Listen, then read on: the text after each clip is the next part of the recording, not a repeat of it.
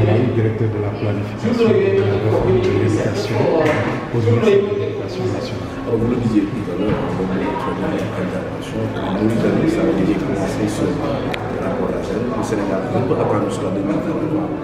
Qu'est-ce qu'on peut entendre par là?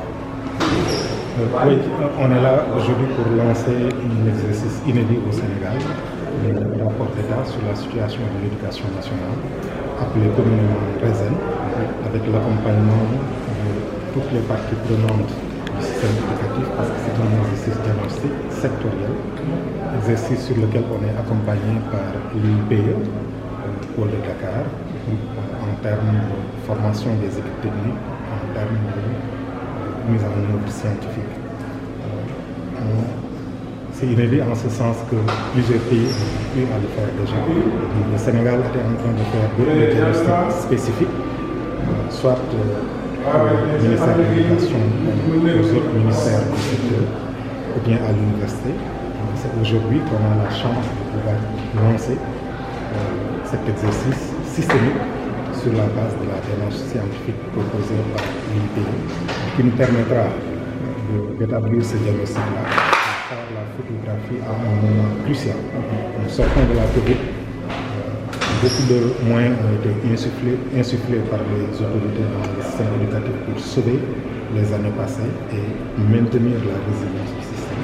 Ce sera le moment, à travers ces diagnostics, de voir les financements qui ont été mobilisés ont permis de pouvoir réaliser un certain nombre de programmes. Quels sont les acquis que ces financements ont permis d'adresser, mais surtout de pouvoir pointer les défis à relever, notamment à l'issue de ce grand choc pandémique qui a affecté tous les systèmes éducatifs. Quels sont ces défis-là pour pouvoir faciliter la prise de décision? Parce qu'on est à un moment charnière où on finit la première phase de la politique sectorielle et on va formuler une nouvelle politique parallèlement à la formulation du pacte. C'est un moment extrêmement important où on n'a pas le loisir d'aller vers la culture. Il faut bâtir sur les fondements. Les fondements qui pourraient être délimités qu'à travers une analyse diagnostique. Beaucoup de pays l'ont fait par le passé, le Sénégal vient de le faire. Même si à la place de ce RESEN, on avait d'autres instruments très fournis, il faut avouer que c'est cette opportunité qui nous permettra de pouvoir suivre cette démarche standardisée. La plus-value que ça pourrait nous apporter, c'est la capacité de comparaison. Comme les instruments seront standardisés, les outils seront standardisés, ça nous permettrait, au-delà du diagnostic pays interne, de pouvoir être comparé à d'autres pays qui soit seront dans des contextes similaires, soit mobilisent un niveau de financement comparable pour pouvoir mieux orienter les décisions de l'innovation. Y a-t-il un lien entre cet exercice et la transformation du système éducatif sénégalais?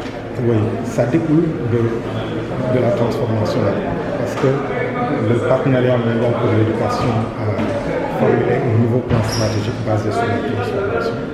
Et récemment, les Nations Unies ont invité son Excellence, le chef de l'État, à présenter sa vision de la transformation de l'éducation au sommet de New York en septembre.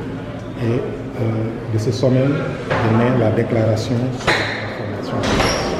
C'est RESEN qui permettrait de pouvoir faire le diagnostic, fera l'état des lieux pour nous permettre justement d'avoir les instruments, de pouvoir mieux définir les axes qui vont porter la transformation de l'éducation.